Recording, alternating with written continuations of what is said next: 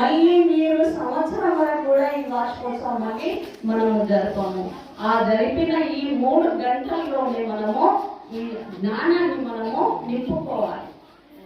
कल करेसो आज करेसो अभी करो మనకు ఇచ్చిన సమయాన్ని మనకు వచ్చిన జ్ఞానాన్ని ప్రవక్తలు బాబా గారి కృప ద్వారా ఇంత మహారాజులు పెద్దలు ఇందరు వచ్చి మీ గ్రామానికి చెప్పడం అంటే బాబా గారు పంపించారు, వేరే వాళ్ళు కాదు, ఎవ్వరు కాదు. బాబా మళ్ళీ చేయడం జరుగుతుంది. అందుకని నిశ్శబ్దంగా కూర్చుంటేనే ఆ జ్ఞానం అమృతం మనకు లభిస్తుంది.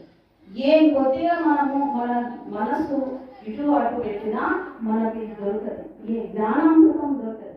బయట ఎన్నో అన్నం దొరుకుతుంది, నీళ్లు దొరుకుతున్నాయి, అన్ని దొరుకుతున్నాయి. నీ జ్ఞానామృతము ప్రేమ దొరకడం అంటే ఈ ఒక ఆధ్యాత్మిక సత్సంగాలనే దొరుకుతుంది. మనము ఆ దొరికిన సమయాన్ని ఆ జ్ఞానాన్ని మనం స్వీకరించుకుంటే మన జన్మ తరిస్తుంది.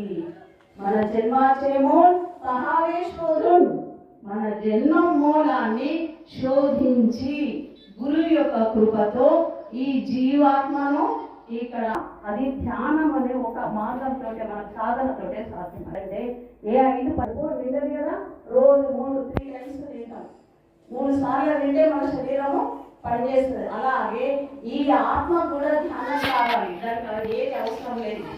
మనం పెట్టేటన్ని శరీరానికి, బాహ్య శరీరానికి సబ్బు, అన్నము, కోరికలు, ఆభరణాలు, వస్త్రాలు ఇవన్నీ మన శరీరానికే పెడుతున్నాం. కానీ ఆత్మకు మాత్రం మనం పెట్టేది ధ్యానం. దానికి కావాల్సింది ఏంటి? ఆత్మ.